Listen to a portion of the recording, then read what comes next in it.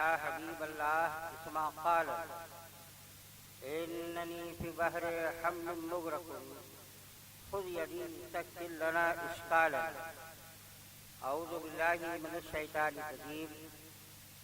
إن الله وملائكته يصلون على النبي يا أيها الذين آمنوا صلوا عليه وسلموا تسليما.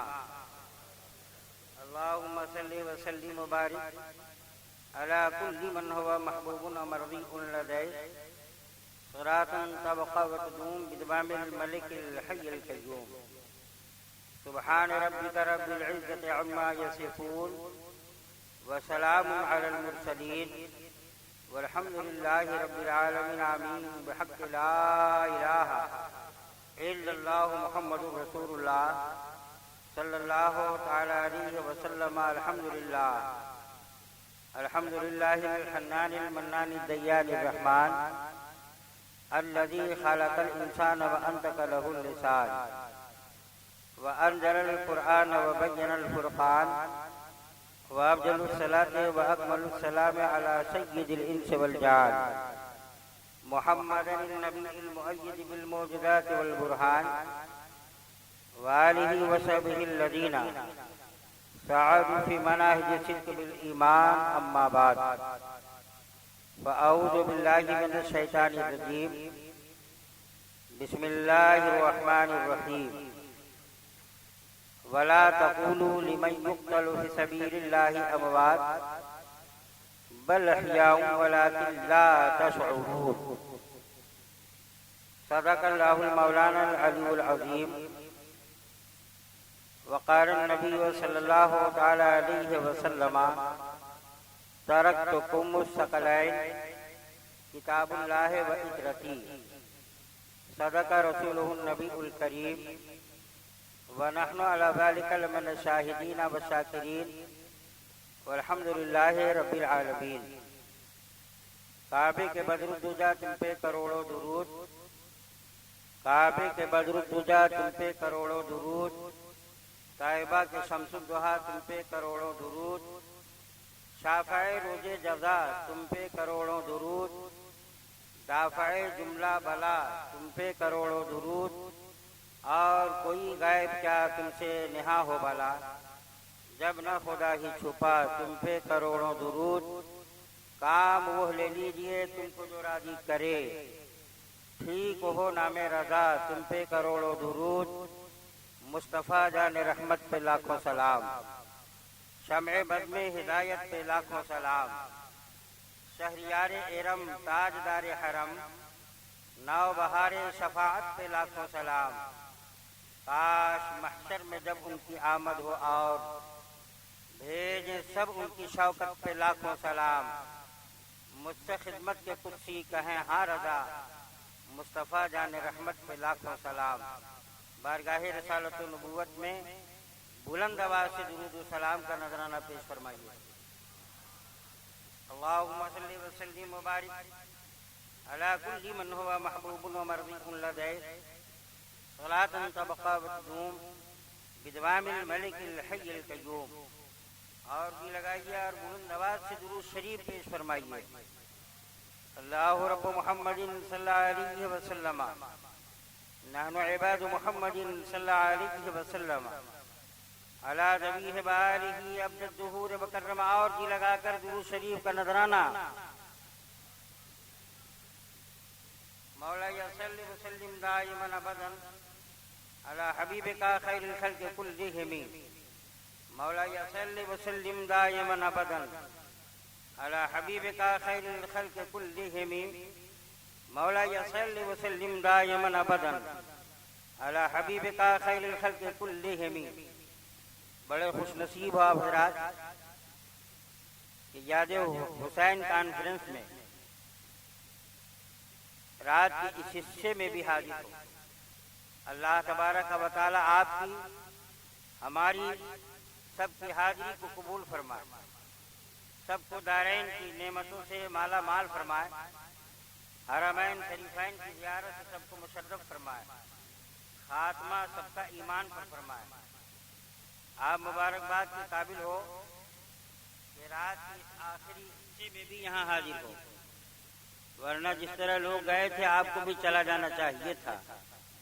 اس لیے انسانی فطرت کا تقاضا ہی کچھ ایسا ہے کہ یا تو اس وقت آدمی سو جائے اور اس کو اچھی نیند آ جائے، یا پھر ان کی طرح سائیکل پر سوار ہو جائے اور جہاں جی چاہے وہاں چلا جائے۔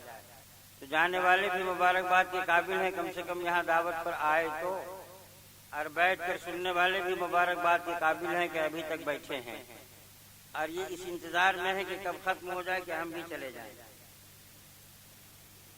جماعت اہل سنت کے ممتاز عالم دین حضرت علامہ مولانا الشاہ محمد تطہیر صاحب قبلہ مجدد اللہ العالی کا خطاب ہوا، آپ نے سنا۔ شاعر اہل سنت حضرت مناظر بدایونی کا کلام نعت و منقبت ان سے آپ نے سن لیا۔ شاعر اسلام حضرت اسد اقبال جو جماعت اہل سنت کی جان ہے اس وقت، ان سے بھی آپ نے بہت کچھ سنا۔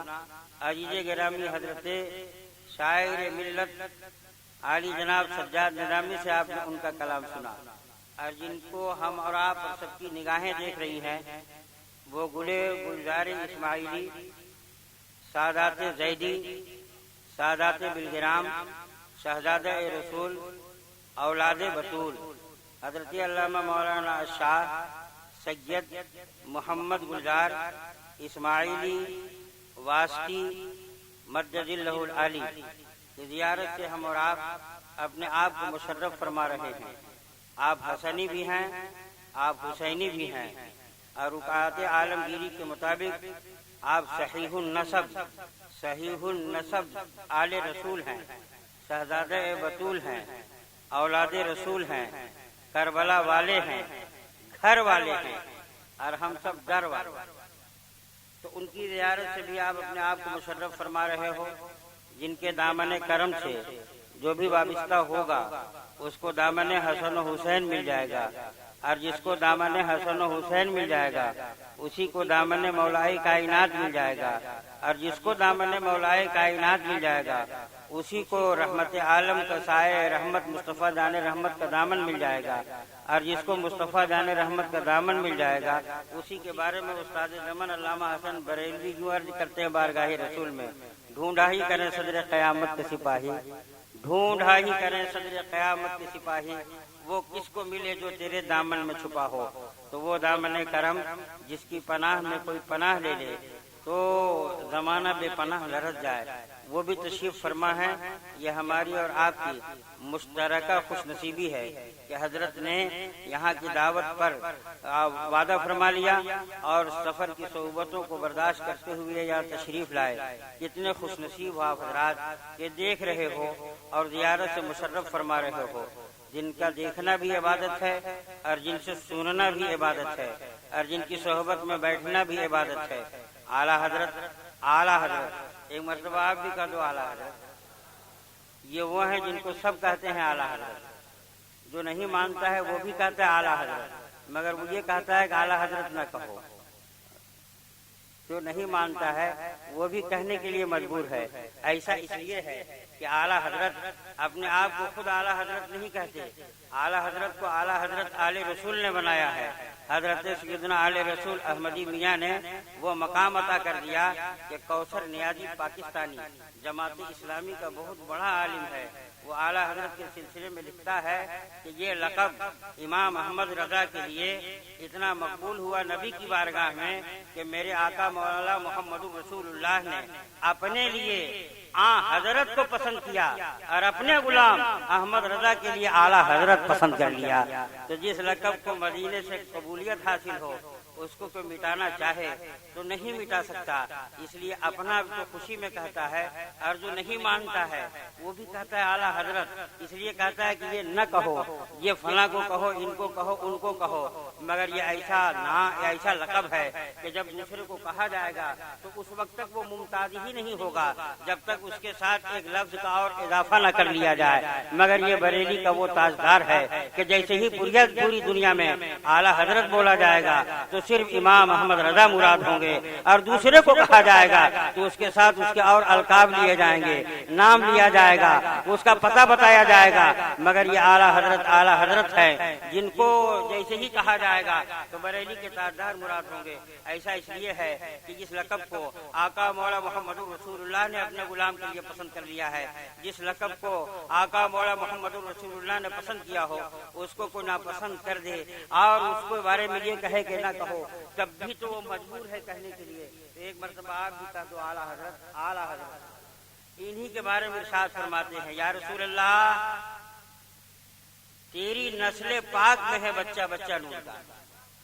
یہ زمانے کے لوگ اعلیٰ حضرت کو اعلیٰ حضرت نہیں مانتے، جب خانقاہوں پر اور عصمت انبیاء اور وقار اولیاء پر آنچیں آ رہی تھیں اور لوگ امام حسین کو اور غوث اعظم کو، خواجہ غریب نواز کو، اور یہاں تک کہ عقیدہ ان لوگوں نے کر لیا تھا آقا مولا محمد رسول اللہ علیہ الصلوۃ والسلام کے بارے میں کہ مر کر مٹی میں مل گئے، اس وقت اعلیٰ حضرت نے اپنے قلم کی نوک سے پوری دنیا کو بتا دیا کہ میرے نبی زندہ ہیں، نبی کے غلام صدیق اکبر زندہ ہیں، فاروق اعظم زندہ ہیں، عثمان غنی زندہ ہیں، حیدر وقار زندہ ہیں، حسن مصطفیٰ زندہ ہیں، حسین مرتضیٰ زندہ ہیں۔ اللہ کی راہ میں جو شہید ہو جائیں، قرآن کہتا ہے انہیں مردہ نہ کہو وہ زندہ۔ تو اس وقت اعلیٰ حضرت نے یہ سب کچھ مسئلہ بتا دیا، تو زمانے نے ان کو کہا اعلیٰ حضرت، دنیا نے کہا اعلیٰ حضرت، اور آج جو نہیں مانتا ہے وہ بھی کہتا ہے اعلیٰ حضرت۔ فرماتے ہیں کہ یا رسول اللہ تیری نسل پاک میں ہے بچہ بچہ نور کا، تو ہے عین نور، تیرا سب گھرانہ نور کا۔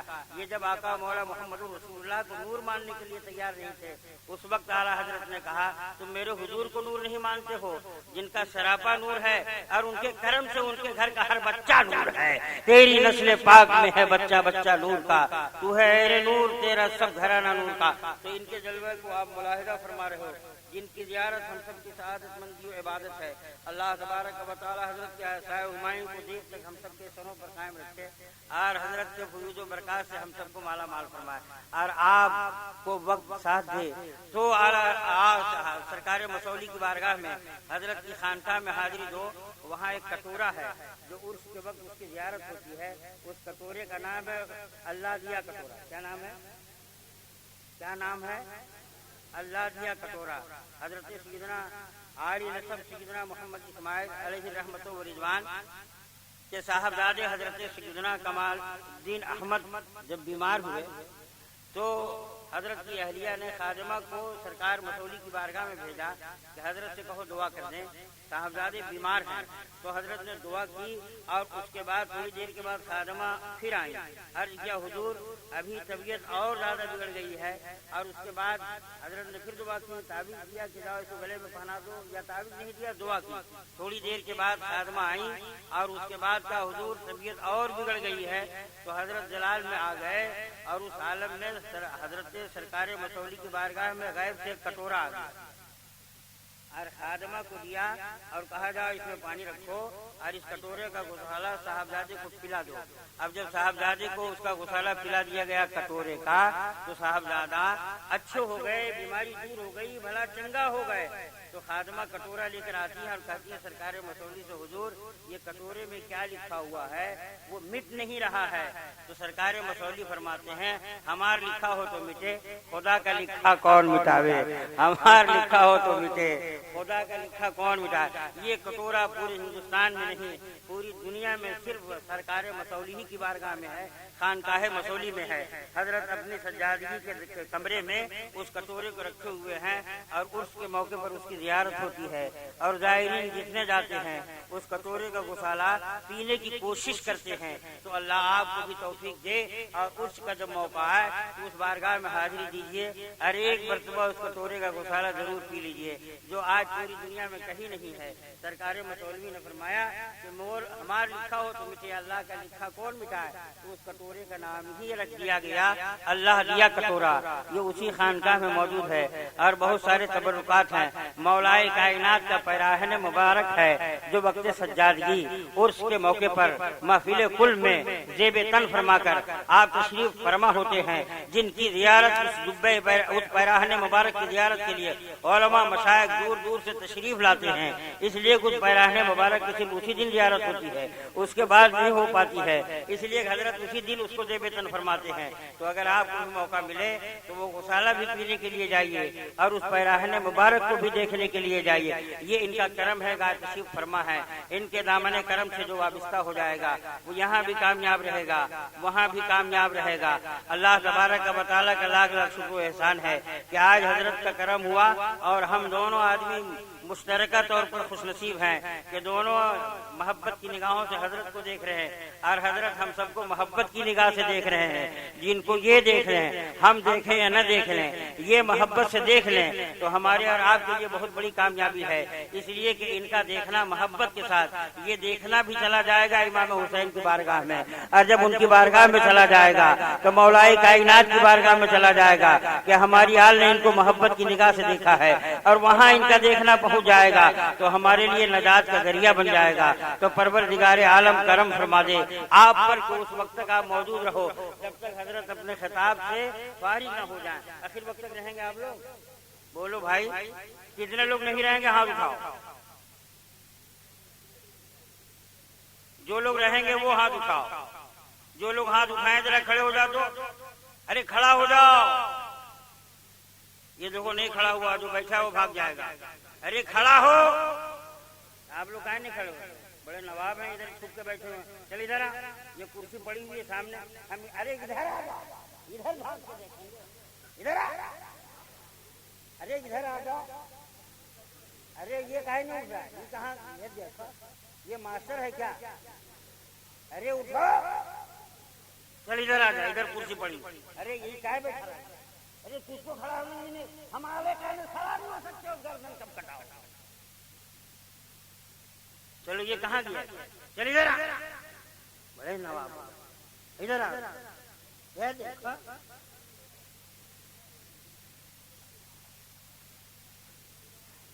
تو پیچھے کہاں کھڑا؟ آگے بڑھتا کہیں گے؟ ارے وہ جو پیچھے کھڑے ہیں بھاگنے کے لیے کیا؟ ارے آگے آ، دیکھو اب بھی بیٹھا ہوا ہے۔ اتنے بڑے بڑے نواب ہیں، کھڑے ہونے میں اپنی توہین سمجھتے۔ ایک آدمی یہاں بیٹھا ہوا ہے، ہم کو دیکھنا لگا۔ ارے ہاں یہ چلو اب بیٹھ جائے۔ مولا صلی وسلم دائما علی حبیبک خیر الخلق کلہم اللہ رب محمد صلی اللہ علیہ وسلم نحن عباد محمد صلی اللہ علیہ وسلم علی ذبیح والہ ابد الدہور وکرما۔ ذہن کو حاضر کرو، تھوڑی دیر آپ کی خدمت میں صرف حاضر رہوں گا، وقت بہت کم ہے، کام بہت زیادہ ہے، زندگی ساتھ دے نہ دے، ہماری آپ کی دوبارہ ملاقات ہو یا نہ ہو، یہ خدمت کرنے کا تھوڑا سا وقت مجھے ملا ہے، لینے کا آپ کو ملا ہے، نہ آپ اسے ضائع کرو، نہ ہم اسے برباد ہونے دیں۔ آج ایسے دور پرفتن میں موجود ہو جب آج پوری دنیا کے لوگ اسلام اور مسلمان کو مشترکہ طور پر بدنام کر رہے ہیں، اسلام کو دہشت گردی کا مذہب قرار دے رہے ہیں، مسلمان کو دہشت گرد کر رہے ہیں، اس دور پرفتن میں آپ موجود ہو، مسلمان سہما سہما نظر آ رہا ہے، طرح طرح کے الزامات تراشے جا رہے ہیں، حادثہ کرتا ہے کوئی، پکڑا جاتا ہے کوئی، اور مصنوعی داڑھی پکڑی جاتی ہے تو میڈیا والے اس کو چھپا لیتے ہیں، مصنوعی لباس اسلامی پکڑا جائے تو میڈیا والے چھپا لیتے ہیں، لیکن اگر اسلام اور مسلمان کے نام سے کوئی بات سامنے آ جائے تو الیکٹرانک میڈیا اور یہ اخبار و اشتہار میں اسلام اور مسلمان کو بدنام کرنے کے لیے پوری دنیا میں ایسی کوشش کی جاتی ہے کہ مسلمان جو کم پڑھا لکھا ہے، اسلامیات سے واقف نہیں ہے، وہ کانپنے اور لرزنے رکھتا ہے۔ تو مسلمانوں سن لو، جس اسلام کے بارے میں آج دنیا کوشش کر رہی ہے کہ اس کو بدنام کر دیا جائے، اسی اسلام کی حفاظت سیدنا امام حسین نے میدان کربلا میں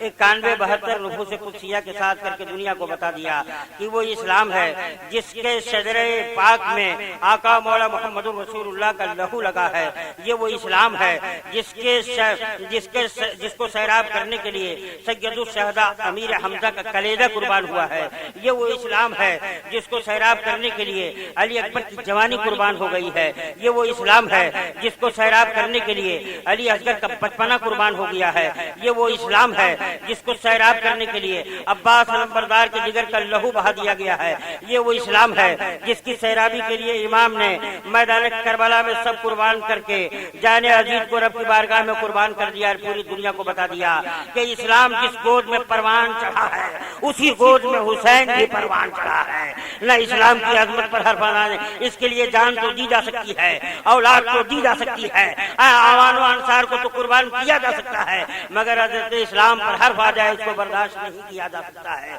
اسی لیے تو امام یزید کے ہاتھ پر ہاتھ نہ دے کر پوری دنیا کو بتا دیا۔ اسی لیے ایک شاعر وقت نے اس کو یوں کہا ہے، شاہ است حسین بادشاہ ہست حسین سردار نداد دست در دست عزیز نہ شاہ است حسین بادشاہ ہست حسین دینست حسین، اس کو میں نے کر دیا ہے گلست حسین دی پناہ ہست حسین سردار نداد دست در دست عزیز حق کی نسل کے شان راہ حسین۔ اور اس میں کیا ہے؟ حق کی نسل کے شان راہ حسین۔ اللہ اکبر۔ ہاتھ نہ دے کر پوری دنیا کو امام حسین نے بتا دیا کہ دہشت گردوں کا مقابلہ کیا جائے گا، دہشت گردی سے پوری دنیا کا خاتمہ کر دیا جائے گا۔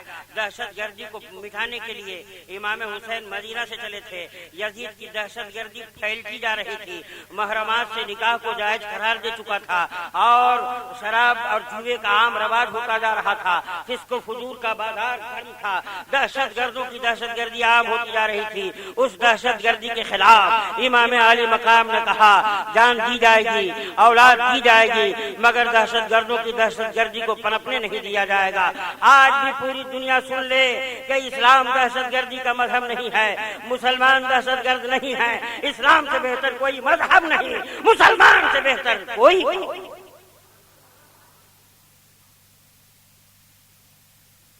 قرآن ارشاد فرماتا ہے جو میں نے آج پڑھی ہے اس کا اجمالی طور پر ترجمہ اور اس کی توضیح سن لیا جائے، اس کے بعد حضرت کا خطاب ہوگا، درود پاک پڑھ لیا جائے، مولا صلی وسلم دائما ابدا علی حبیبک خیر الخلق کلہم ولا تقولوا لمن یقتل فی سبیل اللہ اموات بل احیاء ولکن لا تشعرون۔ اللہ کی راہ میں جو شہید ہو جائیں انہیں مردہ نہ کہو وہ زندہ ہیں، ولا تقولوا لمن یقتل فی سبیل اللہ اموات، اللہ کی راہ میں جو قتل کر دیے جائیں انہیں مردہ نہ کہو، یا اللہ وہ قتل کر دیے جائیں ان کو مردہ نہ کہیں، وہ شہید کر دیے جائیں ان کو مردہ نہ کہیں، ان کا بازو الگ کر دیا جائے اور ان کو مردہ نہ کہیں، ان کا سر تن سے جدا ہو اور مردہ نہ کہیں۔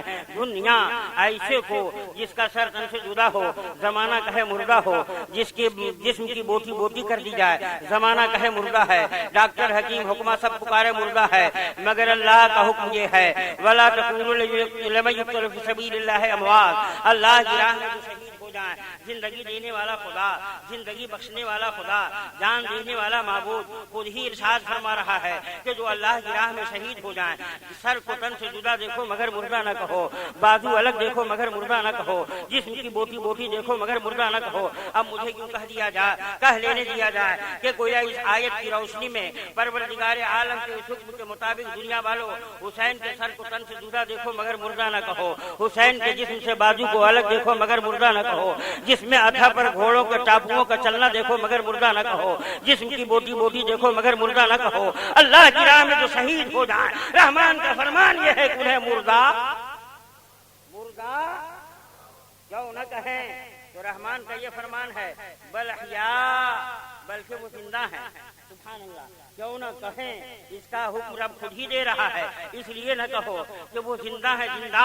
اللہ اکبر۔ رحمان کا فرمان یہ ہے کہ حسین زندہ، رحمان کا فرمان یہ ہے کہ علی اکبر زندہ، رحمان کا فرمان یہ ہے کہ عباس زندہ، رحمان کا فرمان یہ ہے کہ علی اصغر زندہ، رحمان کا فرمان یہ ہے کہ اور محمد زندہ، رحمان کا فرمان یہ ہے کہ سید الشہداء امیر حمزہ زندہ۔ اللہ کی راہ میں جو شہید ہو جائیں انہیں مردہ نہ کہو بلکہ ہیں وہ زندہ۔ رب کہہ رہا ہے زندہ، تو رب کی مانو گے کہ سب کی مانو گے؟ زور سے بولو۔ اب کوئی کہے مردہ تو اس کی مانو گے؟ وہ چلتا پھرتا مردہ ہے۔ تو اب دنیا والے کہتے ہیں وہ اگر زندہ ہے ہم دیکھتے کیوں نہیں؟ تو ہر زندہ کو تم دیکھ کہاں پاتے ہو؟ بولو اللہ حی قیوم ہے کہ نہیں؟ زندہ بھی ہے، زندگی بخشتا بھی ہے، کیا ان کے باپ دادا نے کبھی دیکھا؟ زور سے بولو۔ اور دو فرشتے آپ کے کاندھے پر ہیں جو لکھ رہے ہیں آپ کے اعمال کو، آپ لوگوں میں سے کسی نے ان دونوں کو دیکھا؟ زور سے بولو۔ فرشتے آپ کے ساتھ ہیں، آپ دیکھ نہیں پاتے ہو، شیطان کو نہیں دیکھ پاتے ہو تو فرشتے کو۔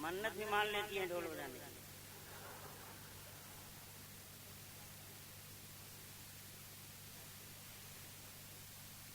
اور تائیے کہ جلوس میں چل کر بے پردگی کے ساتھ کتنے گناہوں کا ارتکاب ہوتا ہے. اللہ تعالیٰ محفوظ فرمائے. اسلامی معاشرے سے ایک عورت تھی, اس کا شوہر امام تھا, اس کا بیٹا بیمار ہوا. اس نے منت مان لی کہ ہم اپنے شوہر سے مسجد کے ممبر پر ڈھول بجوائیں گے.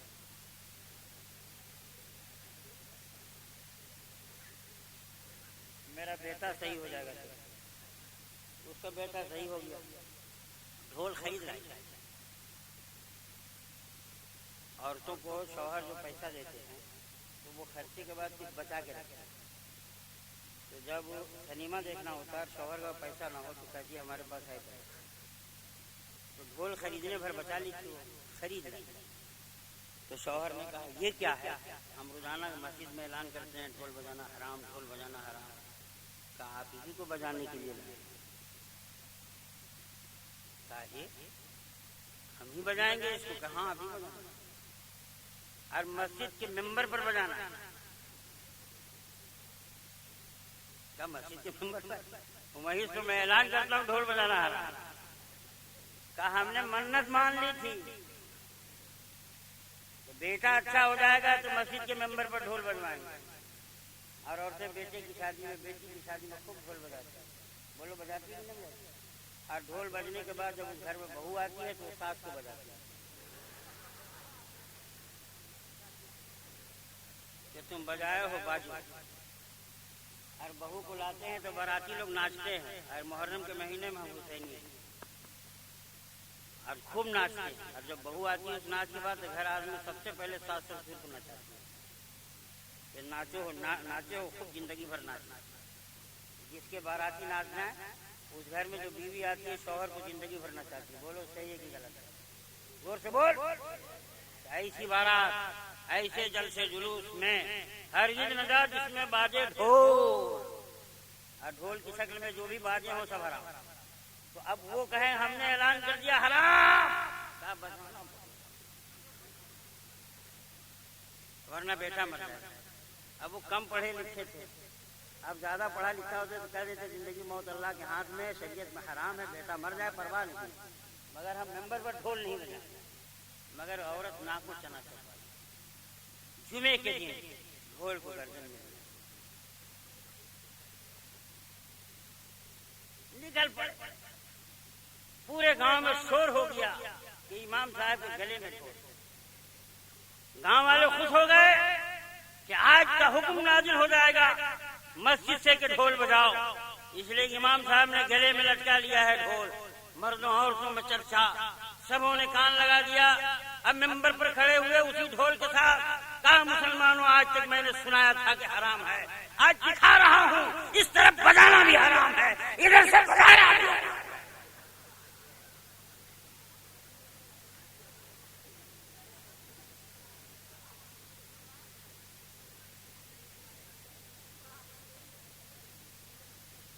خبردار ہوشیار, محرم کے مہینے میں اس کی 10ویں تاریخ کو مسلمان ڈھول بجا کر جو خرافات کرتا ہے, یہ سب کرنا شریعت کے خلاف جو امور انجام دیتے ہیں اس کا کرنا ناجائز و حرام ہے. لہذا مسلمانوں تم دنیا میں ڈھول بجانے کے لیے نہیں آئے ہو, فسق و فجور کو مٹانے کے لیے آئے ہو. رحمان کا یہ فرمان عظیم کتنا بڑا انعام ہے ہمارے آپ کے لیے. ولا تقولوا لمن يقتل في سبيل الله اموات بل احياء ولكن لا تشعرون. اللہ کی راہ میں جو شہید ہو جائے انہیں مردہ نہ کہو, وہ زندہ ہے لیکن تم ان کی زندگی کو سمجھ نہیں. اب وہ اندھا ہاتھی سمجھنے کے لیے آیا تھا تو پیٹ پکڑ گیا. اسے چاروں نے پوچھا ہاتھی کیسا؟ کہا ایسے جیسے ڈھول. تم نے بھی ہاتھی نہیں. تو تیسرے سے پوچھا گیا ہاتھی کیسا؟ کہا ہاتھی ایسا جیسے گھر کا سوپ. سوپ سمجھتے آپ لوگ؟ چوتھا بگڑ کے کھڑا ہو گیا, تم تینوں نے ہاتھی کو نہیں دیکھا.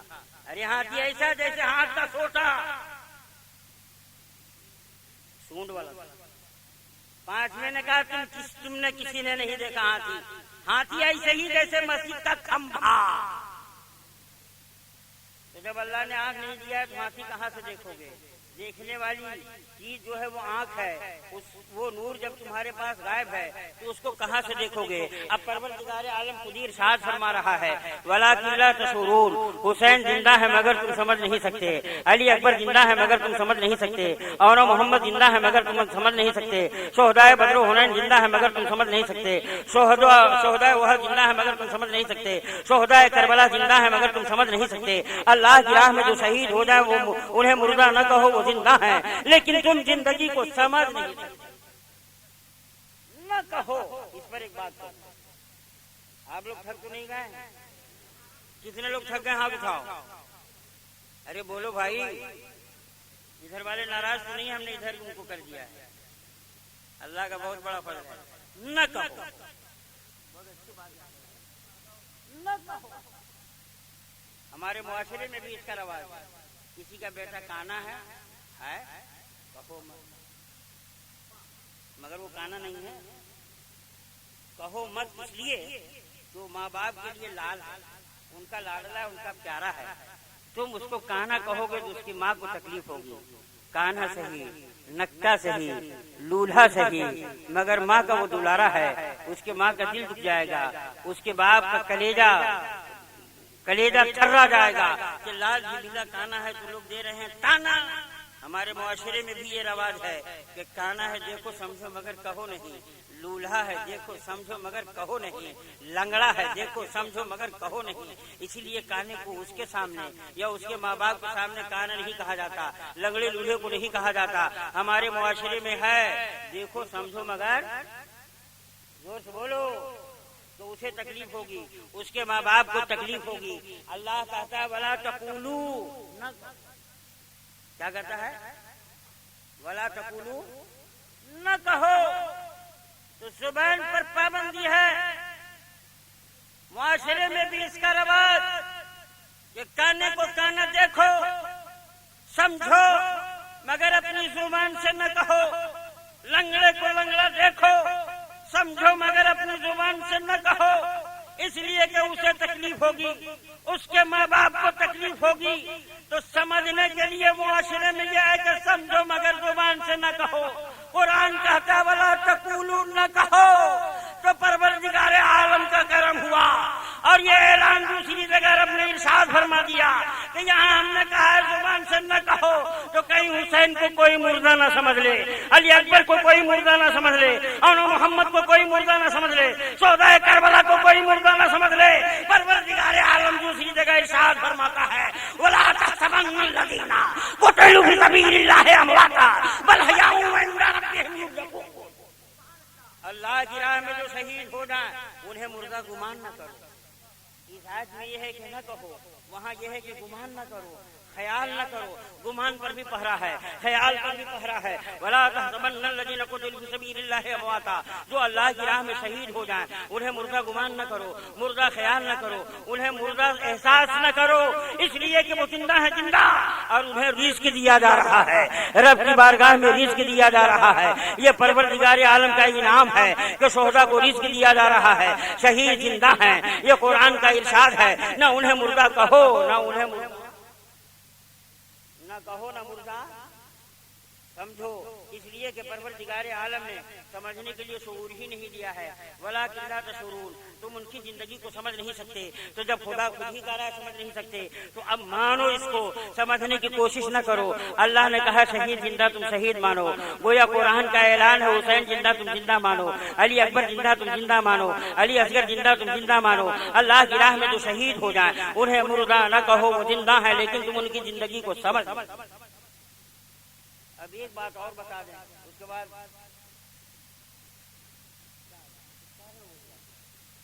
درود شریف پڑھا جائے۔ مولاي صل وسلم دائما ابدا على حبيبك خير الخلق كلهم الله رب محمد صلى الله عليه وسلم نحن عباد محمد صلى الله عليه وسلم على ذبیح وآلہ عبد الدہور وکرما۔ واقعی آپ اتنا تھک گئے ہو کہ سننے کے موڈ میں نہیں ہو، پڑھے لکھے لوگ بھی اچانک اٹھ جا رہے ہیں، خیر بجھا رہے ہیں ضرورت کے تحت۔ جانے والوں کو اتنی رات میں روکا نہ جائے، اس لیے کہ روک دیں گے تو آپ کا بھی نقصان ہو جائے گا، ان کا بھی نقصان ہو جائے گا۔ ایک جلسے میں مولانا صاحب ایک اٹھنے والوں کو ڈانٹ کر روک دیا، بیچارہ بیٹھ گیا. جب جلسہ ختم ہوا سب چلے گئے، وہ بیٹھا ہی رہ گیا. تو جب بیٹھا ہی رہ گیا اس سے پوچھا گیا کہ آپ جاتے کیوں نہیں، بہت جا رہے تھے. کہا جس لیے جا رہے تھے وہ یہیں ہو گیا. اب جب تک سب نہیں چلے جائیں گے ہم نہیں جا پائیں گے، تاکہ کوئی مجھے اب دیکھ نہ لے. اس لیے جانے والے کو اتنی رات میں نہ روکا جائے. کہیں ضرورتاً جا رہا ہو تو اس کی ضرورت کے تحت سب کو اجازت ہے. لہذا جو لوگ موجود ہیں وہ قابل مبارکباد ہیں. اللہ تبارک و تعالیٰ کا یہ انعام ہے. امام حسین میدان کربلا میں مجبور نہیں تھے. آج جو وہابیہ دیوبند کا یہ الزام ہے کہ جو حسین اپنے گھر والوں کو، اپنے ماننے والوں کو میدان کربلا میں پانی نہ پلا سکے، وہ تمہاری مدد کیا کریں گے؟ تو میرا امام میدان کربلا میں گھر والوں کو پانی نہیں پلانے گئے. گھر والوں کو حسین کا یہ نعرہ نہیں تھا کہ میں پانی پلانے جا رہا ہوں. حسین کا نعرہ یہ ہے کہ یزید کے ہاتھ پر میں ہاتھ نہیں دوں گا، یہ ہاتھ بچانے جا رہا ہوں. اس لیے تو کسی کہنے والے نے خوب کہا ہے قتل حسین اصل میں مرگ یزید ہے، اسلام زندہ ہوتا ہے ہر کربلا کے بعد. اور ڈاکٹر اقبال نے کہا ہے اس واقعے کی عکاسی کرتے ہوئے، غریب سادہ اور رنگی ہے داستان حرم، نہایت اس کی حسین، ابتدا ہے اسماعیل. حرم کی تاریخ کی ابتدا حضرت سیدنا اسماعیل علیہ السلام سے ہے، اور انتہا حضرت سیدنا امام حسین سے ہے. حضرت ابراہیم علیہ السلام نے خواب دیکھا تھا کہ اللہ کی راہ میں اپنے پیارے کو قربان کر دو. عین قربانی کے وقت پیارا بچا لیا گیا اور دمبا قربان ہو گیا. حضرت ابو طالب نے خواب دیکھا تھا کہ زمزم کو تلاش کرنا ہے. عبد المطلب نے کو خواب میں یہ بشارت ہوئی تھی کہ اگر زمزم تلاش کرنا ہے تو اپنے پیارے کو اللہ کی راہ میں قربان کر دو. حضرت عبد المطلب جب پیارے کو قربان کرنا چاہے تو آقا مولا محمد رسول اللہ علیہ السلام کے والد گرامی حضرت عبداللہ کا نام قرے میں آ رہا تھا، حضرت اسماعیل کا نام وہاں تھا. یہ رب کی مشیت تھی کہ ایک پیارا اللہ کی راہ میں قربان ہو جائے. حضرت ابراہیم کو بشارت ہوئی پیارے کو قربان کر دو. حضرت سیدنا عبد المطلب کو بشارت ہوئی. وہاں مطالبہ یہ ہوا تھا کہ جن کی ایڑیوں سے زمزم نکلا ہے، جس کی ایڑیوں سے مناسبت تو دیکھیے، جن کے ٹھوکروں سے زمزم کا پانی دنیا کو ملا ہے، اسی کو اللہ کی راہ میں قربان کر دو. کب؟ وہ جب دودھ پی رہے تھے تب ٹھوکروں سے زمزم نکلا تھا، چشمہ زمزم پھوٹا تھا. اور جب 13 یا 12 کم و بیش اتنی عمر کے ہو گئے تو اللہ نے کہا جس کے طلبوں کی برکت سے زمانے کو زمزم ملا ہے اس کو اللہ کی راہ میں قربان کر دو، اللہ کی راہ میں قربان کر دو. قربانی کے لیے حضرت ابراہیم علیہ السلام نے پیش فرما دیا، مگر عین قربانی کے وقت دمبا قربان ہو گیا. حضرت سیدنا اسماعیل علیہ السلام اپنے باپ کو دیکھ کر، ہاتھ میں چھری کو دیکھ کر اور دمبے کو قربان دیکھ کر مسکرانے لگے. حضرت ابراہیم علیہ السلام نے جب اس منظر کو آنکھ کی پٹی کھول کر ملاحظہ کیا تو پروردگار عالم کا یہ انعام اور یہ ارشاد ہوا کہ اے ابراہیم تم نے اپنے خواب کو سچ کر کے دکھا دیا اور تمہاری یہ قربانی قبول ہو گئی. اور اسی پانی کو تلاش کے لیے جب حضرت عبد المطلب نے منت مان لی کہ مجھ کو زمزم کا کنواں مل جائے گا تو اپنے پیارے کو اللہ کی راہ میں قربان کر دوں گا. اب جب قرآن ڈالا گیا تو بار بار حضرت عبداللہ کا نام نکلتا تھا. اس دور میں کاہنوں نے کہا عبداللہ بہت پیارے ہیں، ان کو اس پیارے کو اللہ کی راہ میں قربان نہ کرو، ان کے نام کے ساتھ اونٹ بھی لگاتے چلے جاؤ. جب 100 اونٹ کا نمبر آیا تو اونٹوں کا نمبر آ گیا اور حضرت عبداللہ کے عوض میں حضرت اسماعیل کے بدلے میں دمبا قربان ہو گیا. عبد المطلب کے بیٹے حضرت عبداللہ آقا مولا محمد رسول اللہ کے والد گرامی کی جان بچ گئی، مگر فدیے میں 100 اونٹ قربان پیارا بچا لیا گیا، اونٹ قربان ہو گئے. آج وہ کربلا میں مجبور ہے جن کے جد کریم نے ایڑیوں کی ٹھوکر سے زمزم کا کنواں نکال دیا. آج وہ کربلا میں پیاسا ہے جن کے جد کریم حضرت آقا مولا محمد رسول اللہ نے انگلیوں کے گھائیوں سے پانی کا چشمہ نکال کر پوری دنیا کو پلا دیا. اسی کو اعلیٰ حضرت نے یوں کہا ہے، انگلیاں ہیں فیض پر ٹوٹے ہیں پیاسے جھوم کر، ندیاں پنجاب رحمت کی ہیں جاری جائے واہ واہ. وہ حسین اگر میدان کربلا میں ایڑیوں کی ٹھوکر مارتے یا حکم دے دیتے تو ایک زمزم کی طرح چشمہ ابل پڑتا اور نہر فرات سے پانی پی لیتے تو نہر فرات کو بھی تو بطور تبرک پوری دنیا کے لوگ لے کر چلے آتے. وہ حسین میدان کربلا میں نہ پانی کے لیے مجبور تھا نہ دانے کے لیے مجبور تھا. حکم دیتا تو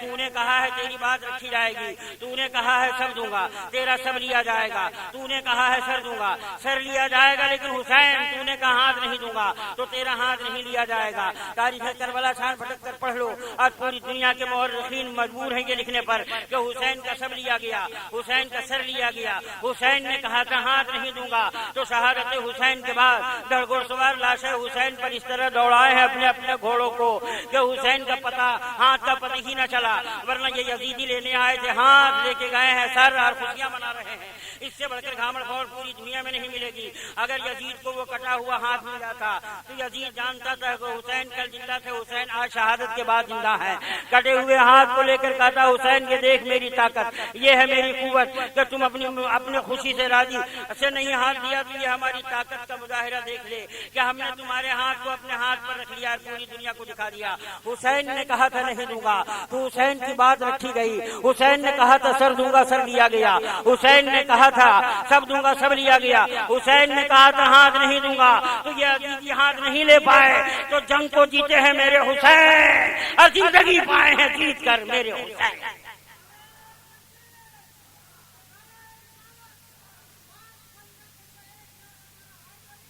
لہذا مسلمانوں آج 8 تاریخ گزر گئی اور 9 کے شب میں آپ موجود ہو، کل 9 تاریخ ہے اور کل دن گزرنے کے بعد وہ شب عاشور ہے۔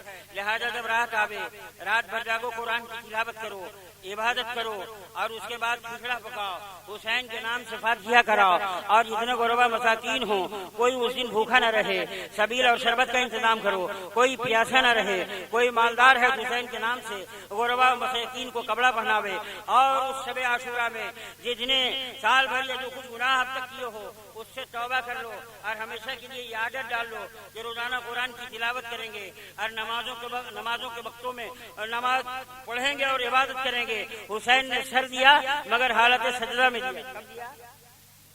ارے زور سے بولو، کب دیا؟ آپ لوگ 9 سال سے جلسہ کر رہے ہو، بہت سے علماء ہوں گے بتائے ہوں گے کہ حالت سجدہ میں امام کا سر لیا۔ کہاں لیا؟ سر حالت امام نے سجدے میں دے کر دنیا کو بتا دیا کہ میں سب بچانے نہیں آیا ہوں، سر بچانے نہیں آیا ہوں، عبادت کا سجدہ بچانے آیا ہوں۔ ہمارے آپ کے نبی آقا مولا محمد رسول اللہ علیہ السلام ایک جنگ میں ہے، نماز کا وقت ہوا، اذان ہو گئی تو آقا نے مجاہدین اسلام سے صحابہ کرام سے ارشاد فرمایا آدھے لوگ دشمن کے مقابلے میں رہو، آدھے لوگ آ کر میرے پیچھے نماز پڑھو، اور 1 رکعت پڑھنے کے بعد توجہ چاہوں گا، 1 رکعت پڑھنے کے بعد وہ لوگ جو کہتے ہیں امام حسین کہ جسم میں 22 زخم تلوار کے، 32 زخم نیزے کے، خون بہہ رہا تھا، وہ سجدہ کس طرح کر رہے تھے؟ تو نبی کی سنت و سیرت دیکھو، آقا فرماتے ہیں آدھے لوگ دشمنوں کے اور آدھے لوگ نماز میں 1 رکعت پڑھنے کے بعد جب میں دوسری رکعت کے لیے کھڑا ہو جاؤں تو جو لوگ 1 رکعت پڑھ چکے ہیں یہ دشمنوں کے مقابلے میں چلے جائیں، اور جو لوگ اب تک دشمن کے مقابلے میں تھے وہ آ کر دوسری رکعت میں شریک ہو جائیں تاکہ دونوں کو 1 رکعت مل جائے۔ ابھی پہلی رکعت پڑھنے والوں نے سلام پھیرا نہیں، دشمنوں کے مقابلے میں کھڑے ہو گئے، تلوار چلا رہے ہیں نماز میں ہیں، گردن کٹ رہی ہے نماز میں ہیں، کاٹ رہے ہیں نماز میں ہیں، خون بہ رہا ہے نماز میں ہیں، اور دوسری رکعت میں جو لوگ شریک ہوئے وہ سلام پھیرے بے گئے۔ مصطفیٰ جان رحمت نے سلام پھیر دیا، انہوں نے سلام نہیں پھیرا، دشمنوں کے مقابلے میں چلے گئے، اور جو پہلی رکعت پڑھ کے آئے تھے وہ آئے اور انہوں نے اپنی دوسری رکعت پوری کی اور سلام پھیرا۔ اب یہ جب دشمن کے مقابلے میں گئے ہیں تو آ کر انہوں نے پہلی رکعت پڑھی ہے، عین حالت نماز میں اسلام کے آقا مولا محمد رسول اللہ نے صحابہ کو بتا دیا کہ نماز کی حفاظت کی جائے گی، سجدوں کی حفاظت کی جائے گی، دشمنوں کا مقابلہ کیا جائے گا مگر سجدہ نہیں چھوڑا جائے گا، جماعت نہیں چھوڑی جائے گی۔ یہ آقا مولا محمد رسول اللہ کی سنت ہے۔ اسی سجدے کی حفاظت میں امام نے کہا سب دوں گا، سر دوں گا، مگر وہ سجدہ نماز سے باہر نہیں نکلتا جب تک سلام پھیرتا نہیں، جب تک سلام، ارے زور سے بولو، تو سجدے میں ہے میرے حسین، نماز سے سلام پھیرا نہیں، اس وقت سے لے کر اب تک ان کا سجدہ ہو رہا ہے، قیامت تک ہوتا رہے گا۔ یہ وہ سجدہ ہے جس کو ایک سجدہ جسے تو گرا سمجھتا ہے 1000 سجدوں سے دیتا ہے آدمی کو نجات۔ آؤ حسین کی سیرت کے مطابق اپنی زندگی گزارو، سجدوں کو حفاظت کرو۔ تم جھکو گے رب کی بارگاہ میں، رب جھکا دے گا زمانے کو تیری بارگاہ میں۔ لہذا یہ طریقہ اپنی زندگی میں اپنا لو، قرآن کی تلاوت کرو، نمازوں کو اس کے وقتوں پر ادا کرو، حسین کی سنت کے مطابق زندگی گزار دو۔ مصائب و آلام سے دوچار رہو تب بھی قرآن کی تلاوت کرو، نماز کی حفاظت کرو۔ تم نماز کو بچاؤ گے، قرآن کی تلاوت کرو گے تو قرآن تم کو بچا لے گا جہنم کے عذاب سے۔ تم سجدے کی حفاظت کرو گے، سجدہ بچا لے گا قبر کے عذاب سے، سجدہ بچا لے گا جہنم کے عذاب سے۔ اللہ تبارک و تعالی ہمیں آپ کو اور ساری کائنات کے مسلمانوں کو سنت حسینی کے مطابق زندگی گزارنے کی توفیق دے دے۔ وما علینا الا البلاغ وآخر دعوانا الحمدللہ رب العالمین۔ السلام علیکم ورحمۃ اللہ۔